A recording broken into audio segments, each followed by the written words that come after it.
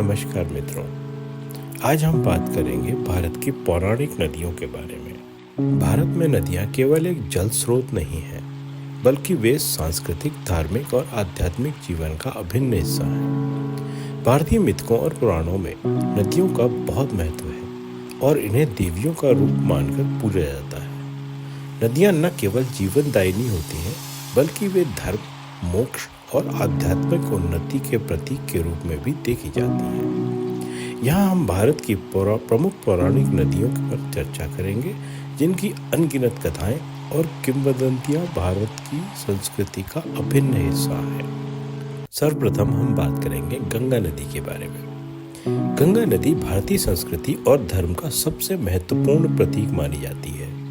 यह नदी न केवल एक जल स्रोत के रूप में, बल्कि एक देवी के रूप में भी पूजी जाती है। पौराणिक कथा के अनुसार गंगा का पृथ्वी पर आगमन भगवान शिव से जुड़ा है। जब राजा भागीरथ अपने पूर्वजों की आत्माओं के उद्धार के लिए गंगा को स्वर्ग से पृथ्वी पर लाने का संकल्प लेते हैं, तो भगवान शिव ने गंगा की धाराओं को अपनी जटा में बांध लिया था, ताकि पृथ्वी पर आकर गंगा का प्रचंड वेग विनाशकारी न बन जाए। गंगा का जल न केवल शुद्ध करने वाला माना जाता है, बल्कि यह मोक्ष देने वाला भी माना जाता है। गंगा के पवित्र जल में स्नान करने से पापों का नाश होता है और व्यक्ति को आत्मिक शांति प्राप्त होती है। गंगा नदी का उद्गम गंगोत्री ग्लेशियर से होता है, जो उत्तराखंड के हिमालय क्षेत्र में स्थित है। इसका प्रारंभिक नाम भागीरथी है। गंगा नदी उत्तराखंड, उत्तर प्रदेश, बिहार, झारखंड और पश्चिम बंगाल से गुजरती है। यह सागर द्वीप के पास बंगाल की खाड़ी में मिल जाती है। गंगा नदी की कुल लंबाई 2525 किलोमीटर है। गंगा जल को शुद्ध और पवित्र माना जाता है। यह लंबे समय तक खराब नहीं होता और इसे धार्मिक कार्यों में इस्तेमाल भी किया जाता है। बढ़ते प्रदूषण और औद्योगिक कचरे के कारण गंगा की पवित्रता को खतरा है। इसे बचाने के लिए नमामि गंगे परियोजना जैसी सरकारी योजनाएं चलाई जा रही हैं, किंतु हर नागरिक का कर्तव्य है कि वह गंगा की रक्षा करे। अब हम बात करते हैं यमुना नदी के बारे में। यमुना नदी, यमुना जी या यमुना रानी का उल्लेख भी भारत के मिथकों में अत्यधिक महत्वपूर्ण है। यमुना नदी, जो भगवान श्री कृष्ण की प्रिय नदी मानी जाती है, का पौराणिक महत्व है। यमुना जी के बारे में यह भी कहा जाता है कि वे पापों को धोने वाली और जीवन के दुखों से मुक्ति दिलाने वाली है। यमुना नदी का उद्गम उत्तराखंड के यमुनोत्री ग्लेशियर से होता है। यह हरियाणा, दिल्ली, उत्तर प्रदेश और मध्य प्रदेश से होकर बहती है। प्रयागराज में यमुना गंगा और अदृश्य सरस्वती से संगम करती है। यमुना नदी की कुल लंबाई लगभग 1376 किलोमीटर है। यमुना को सूर्यदेव और उनकी पत्नी संज्ञा की पुत्री माना जाता है। वह मृत्यु के देवता यमराज की बहन है। कार्तिक शुक्ल द्वितीय के दिन यमराज ने अपनी बहन यमुना के घर भोजन किया था। यमराज ने वचन दिया कि जो भाई उस दिन अपनी बहन से प्रेम पूर्वक भेंट करेगा, उसे मृत्यु का भय नहीं होगा। इसी कारण भाई दूज आज भी जोर शोर से मनाया जाता है। यमुना नदी का गहरा संबंध भगवान श्री कृष्ण से है। श्री कृष्ण की बाल लीलाएं यमुना के तट पर वृंदावन, गोकुल और मथुरा में हुई। यमुना का जल श्री कृष्ण की दिव्यता और भक्तों के लिए पूजनीय है। यमुना का उद्गम स्थल यमुनोत्री, जो हम पहले ही बात कर चुके हैं, एक प्रमुख तीर्थ है। इसे 4 धाम यात्रा का हिस्सा माना जाता है। मथुरा भगवान श्री कृष्ण का जन्म स्थान है और वृंदावन में यमुना के किनारे अनेक मंदिर हैं, जैसे बांके बिहारी मंदिर। प्रयागराज, जहाँ यमुना का संगम होता है गंगा और सरस्वती से, यह कुंभ मेले का प्रमुख स्थान है। यमुना नदी दिल्ली का प्रमुख जल स्रोत है। इसके किनारे कई ऐतिहासिक स्थल और घाट बने हुए हैं। हमारी अगली नदी है सिंधु नदी, जिसे आज हम इंडस के नाम से ज़्यादा जानते हैं। सिंधु नदी का भी भारतीय पौराणिक कथाओं में विशेष स्थान है। यह नदी एक समय भारत और पाकिस्तान के मध्य बहती थी और इसे प्राचीन समय सिंधु कहा जाता था। सिंधु का महत्व वेदों में उल्लेखित है और यह सिंधु सभ्यता का उद्गम स्थल रही है।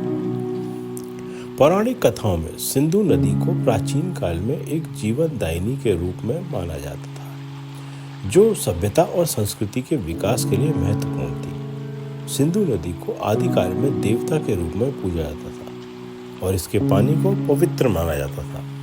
सिंधु नदी का उद्गम तिब्बत के कैलाश पर्वत के पास मानसरोवर झील से होता है। यह लद्दाख और जम्मू कश्मीर के माध्यम से भारत में प्रवेश करती है।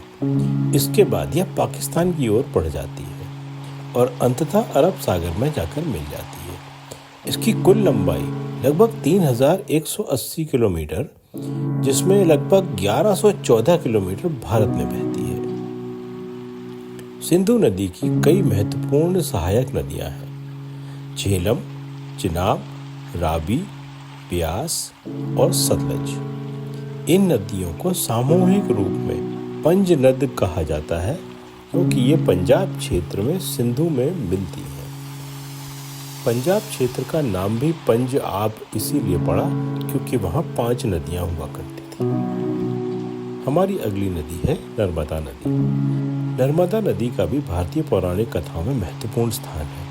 नर्मदा को एक पवित्र नदी और देवी के रूप में पूजा जाता है। पौराणिक कथाओं के अनुसार नर्मदा नदी का जन्म भगवान शिव की जटा से हुआ था। नर्मदा को रेवा भी कहा जाता है और यह मध्य प्रदेश और गुजरात के क्षेत्रों में होकर बहती है। नर्मदा के पानी में स्नान करने से व्यक्ति के पाप धुल जाते हैं और आत्मिक शांति मिलती है। इस नदी के किनारे कई मंदिर और तीर्थ स्थल स्थित हैं, जैसे अमरकंटक, जो नर्मदा के उद्गम स्थल के रूप में प्रसिद्ध है। यह नदी पश्चिम दिशा में बहते हुए अरब सागर में जाकर मिलती है। इसकी कुल लंबाई लगभग 1312 किलोमीटर है। पौराणिक कथाओं के अनुसार नर्मदा नदी भगवान शिव के पसीने की बूंद से उत्पन्न हुई थी। इसे भगवान शिव की बेटी के रूप में माना जाता है। ऐसा कहा जाता है कि नर्मदा नदी के दर्शन मात्र से ही पापों का नाश हो जाता है। गंगा में स्नान करने का जो पुण्य मिलता है, वही पुण्य नर्मदा के दर्शन मात्र से प्राप्त हो जाता है। नर्मदा नदी की परिक्रमा हिंदू धर्म में अत्यंत शुभ मानी जाती है। इसे नर्मदा परिक्रमा कहा जाता है और यह यात्रा लगभग 2600 किलोमीटर की होती है। इस नदी पर स्थित जो प्रमुख पौराणिक स्थल हैं वे हैं: नंबर 1 अमरकंटक, जो कि उद्गम स्थल है, वह एक प्रमुख तीर्थ स्थल है। यहाँ कई प्राचीन मंदिर हैं। दूसरा ओमकारेश्वर, यह नर्मदा के किनारे है और भगवान शिव के 12 ज्योतिर्लिंगों में से गिना जाता है। माहेश्वर, नर्मदा के तट पर स्थित यह ऐतिहासिक नगर अपने घाटों और होलकर वंश के किले के लिए प्रसिद्ध है। भारूच, जो गुजरात में स्थित है, यह नर्मदा नदी के अंतिम पड़ावों में से एक है। भारत की अधिकांश नदियां पूर्व की ओर बहती हैं, लेकिन नर्मदा पश्चिम दिशा में बहने वाली प्रमुख नदियों में से एक है। मध्य प्रदेश के जबलपुर में नर्मदा नदी संगमरमर की चट्टानों से होकर बहती है, जिसे भेड़ा घाट कहा जाता है। यह स्थान पर्यटकों के बीच अत्यंत लोकप्रिय है। नर्मदा का जल अपेक्षाकृत स्वच्छ और प्रदूषण मुक्त माना जाता है। अगली नदी है गोदावरी। गोदावरी, जिसे दक्षिण गंगा भी कहा जाता है, भारत की दूसरी सबसे लंबी नदी है। यह नदी भारत के दक्षिणी भाग से बहती है और महाराष्ट्र, तेलंगाना, आंध्र प्रदेश और ओडिशा से होकर गुजरती है। पौराणिक कथाओं के अनुसार गोदावरी नदी का जन्म भगवान ब्रह्मा के कमंडल से हुआ था। इसे शुद्धि और पुण्य के प्रतीक के रूप में पूजा जाता है। गोदावरी के पानी में स्नान से व्यक्ति के सभी पाप समाप्त हो जाते हैं और उसे पुण्य की प्राप्ति होती है। गोदावरी नदी का उद्गम महाराष्ट्र के त्र्यंबकेश्वर, जो कि नासिक जिले में पड़ता है, के ब्रह्मगिरी पर्वत से होती है। यह नदी पूर्व दिशा में बहते हुए महाराष्ट्र, तेलंगाना, आंध्र प्रदेश, छत्तीसगढ़ और ओडिशा से होकर गुजरती है। अंततः यह बंगाल की खाड़ी में जाकर मिलती है। इसकी कुल लंबाई 1465 किलोमीटर है। पौराणिक कथाओं के अनुसार गोदावरी नदी का संबंध महर्षि गौतम से है। ऐसा कहा जाता है कि महर्षि गौतम ने भगवान शिव से प्रार्थना की थी और उनके आशीर्वाद से गोदावरी का प्रवाह आरंभ हुआ, इसलिए इसे गौतमी गंगा भी कहा जाता है। गोदावरी नदी का संबंध भगवान राम, सीता और लक्ष्मण से भी है। ऐसा माना जाता है कि भगवान राम ने अपने वनवास के दौरान गोदावरी के तट पर पंचवटी, जो कि अब नासिक में पड़ता है, में निवास किया था। गोदावरी नदी पर स्थित प्रमुख धार्मिक स्थल और तीर्थ स्थानों के बारे में बात करते हैं। पहला है त्र्यंबकेश्वर, जो कि एक ज्योतिर्लिंग है और यह प्रमुख तीर्थ स्थल है। यह गोदावरी का उद्गम स्थल है। दूसरा है नासिक, जो धार्मिक और पौराणिक रूप से अत्यधिक महत्व रखता है। यहाँ कुंभ मेले का आयोजन भी होता है। तीसरा है पंचवटी। यह स्थान भगवान राम के वनवास से संबंधित है और यहाँ कई प्राचीन मंदिर हैं। और चौथा है राजमहेंद्रवरम, जो आंध्र प्रदेश में है। यह गोदावरी के किनारे स्थित एक स्थान है जिसकी ऐतिहासिक और सांस्कृतिक महत्व अत्यधिक है। इसे राजामुंद्री भी कहा जाता है। हमारी अगली नदी है सरस्वती।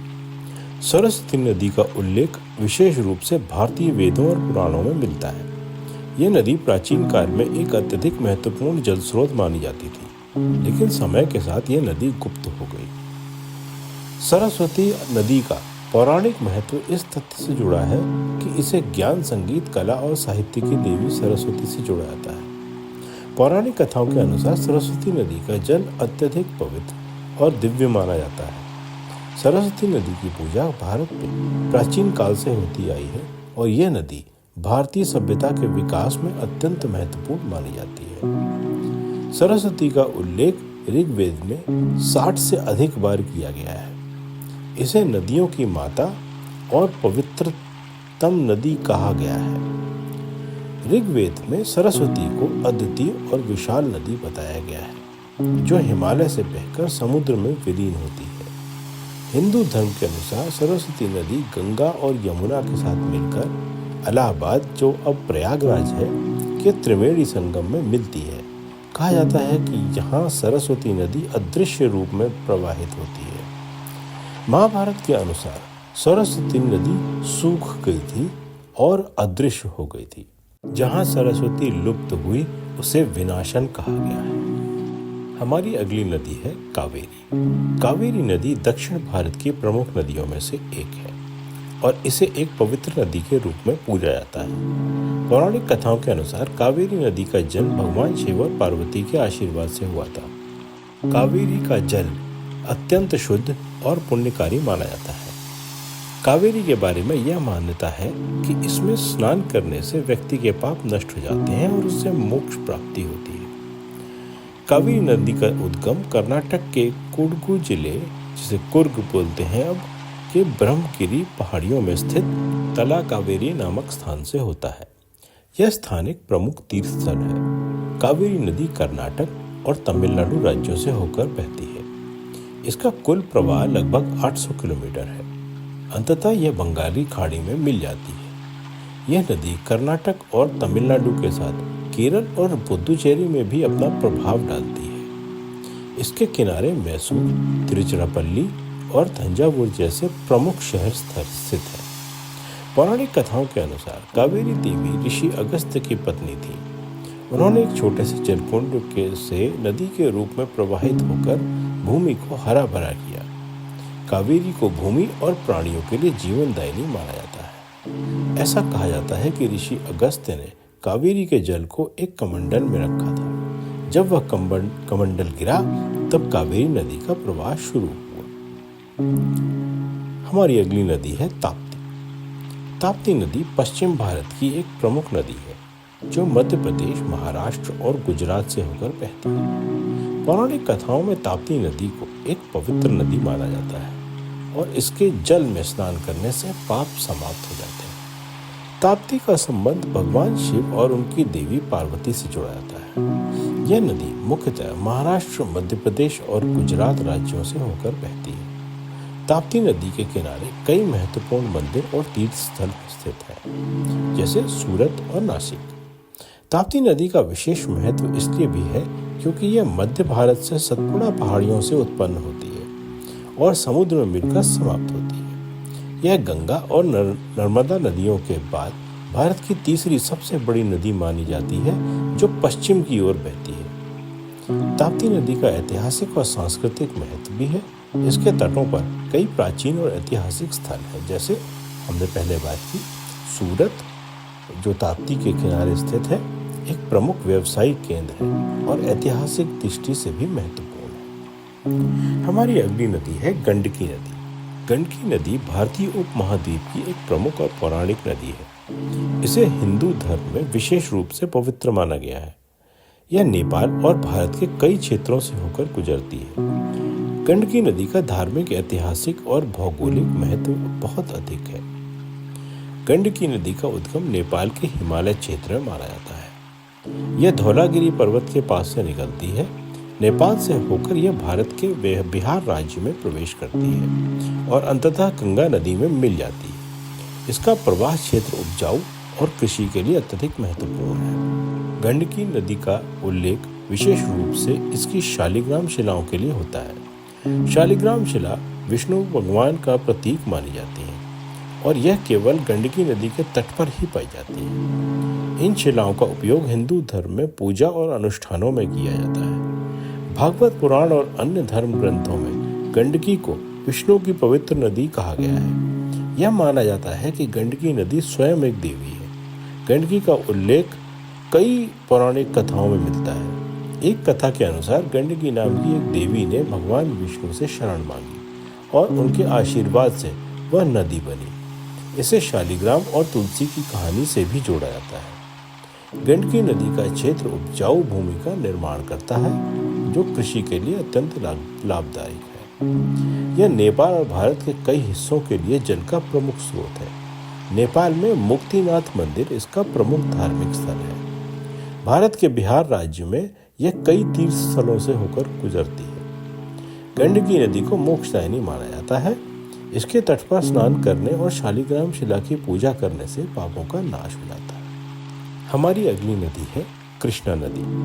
कृष्णा नदी दक्षिण भारत की एक प्रमुख और पौराणिक नदी है, जिसे हिंदू धर्म में पवित्र माना जाता है। इसे दक्षिण भारत की सबसे बड़ी नदियों में से एक माना जाता है। कृष्णा नदी का धार्मिक, सांस्कृतिक और भौगोलिक महत्व बहुत अधिक है। कृष्णा नदी का उद्गम महाबलेश्वर के पास स्थित महादेव पहाड़ियों में होता है। यह नदी महाराष्ट्र, कर्नाटक, तेलंगाना और आंध्र प्रदेश से होकर बहती है। अंततः यह बंगाल की खाड़ी में जाकर मिल जाती है। इसकी कुल लंबाई लगभग 1400 किलोमीटर है। यह नदी भगवान विष्णु के अवतार श्री कृष्ण के नाम पर जानी जाती है। इसे कृष्णवेणी भी कहा जाता है। पौराणिक कथाओं के अनुसार कृष्णा नदी को एक देवी के रूप में देखा गया है। ऐसा माना जाता है कि यह नदी भगवान शिव के आशीर्वाद से प्रकट हुई थी। स्कंद पुराण और अन्य धर्म ग्रंथों में कृष्णा नदी का उल्लेख एक पवित्र नदी के रूप में किया गया है। इसके तट पर स्नान करना पापों से मुक्ति दिलाता है। इस पर स्थित प्रमुख स्थान है संगमेश्वर, जहाँ कृष्णा और भीमा नदियों का संगम होता है। यह एक पवित्र स्थल माना गया है। अलमट्टी बांध, कर्नाटक में स्थित यह बांध न केवल कृषि के लिए बल्कि पर्यटन के लिए भी प्रसिद्ध है।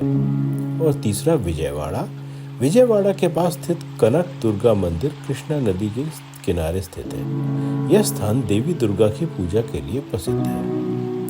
कृष्णा नदी के पानी को पवित्र और जीवनदायी माना जाता है। इसके तट पर किए गए धार्मिक अनुष्ठान और स्नान से मोक्ष की प्राप्ति होती है। हमारी अगली नदी है ब्रह्मपुत्र नदी। ब्रह्मपुत्र नदी एशिया की एक प्रमुख नदी है, जो तिब्बत, भारत और बांग्लादेश के क्षेत्रों से होकर बहती है। इसका उद्गम स्थल तिब्बत में मानसरोवर झील के पास है, जहां इसे यारलुंग सांगपो के नाम से जाना जाता है। यह नदी तिब्बत से होकर भारत के अरुणाचल प्रदेश राज्य में प्रवेश करती है और फिर असम राज्य से होकर बहती है। बांग्लादेश में प्रवेश करने पर इसे जमुना नदी के नाम से जाना जाता है और यह पद्मा नदी अर्थात गंगा के साथ मिलकर मेघना नदी का निर्माण करती है, जो अंततः बंगाल की खाड़ी में मिलती है। ब्रह्मपुत्र नदी की कुल लंबाई लगभग 2900 किलोमीटर है। यह एक महत्वपूर्ण नदी है जो क्षेत्र के कृषि और आजीविका का मुख्य आधार है। ब्रह्मपुत्र नदी को अरुणाचल प्रदेश में लोहित नदी के नाम से भी पुकारा जाता है। लोहित शब्द संस्कृत के लोहित्य शब्द से निकला है, जिसका अर्थ है लाल। यह नाम नदी के लाल रंग को दर्शाता है, जो उसमें मौजूद अवसादों के कारण लालिमा लिए होते हैं। ब्रह्मपुत्र नदी बाढ़ के लिए जानी जाती है, विशेष रूप से असम में मॉनसून के दौरान बाढ़ का प्रकोप बहुत अधिक होता है। ब्रह्मपुत्र नदी का क्षेत्र विविध वन्य जीवन का घर है। काजीरंगा राष्ट्रीय उद्यान, जो असम में स्थित है और एक प्रमुख यूनेस्को विश्व धरोहर स्थल है, ब्रह्मपुत्र नदी के निकट स्थित है और एक सींग वाले गैंडे के लिए प्रसिद्ध है। अगर आपको यह जानकारी पसंद आई हो तो कृपया कमेंट जरूर करें। सुनने के लिए धन्यवाद।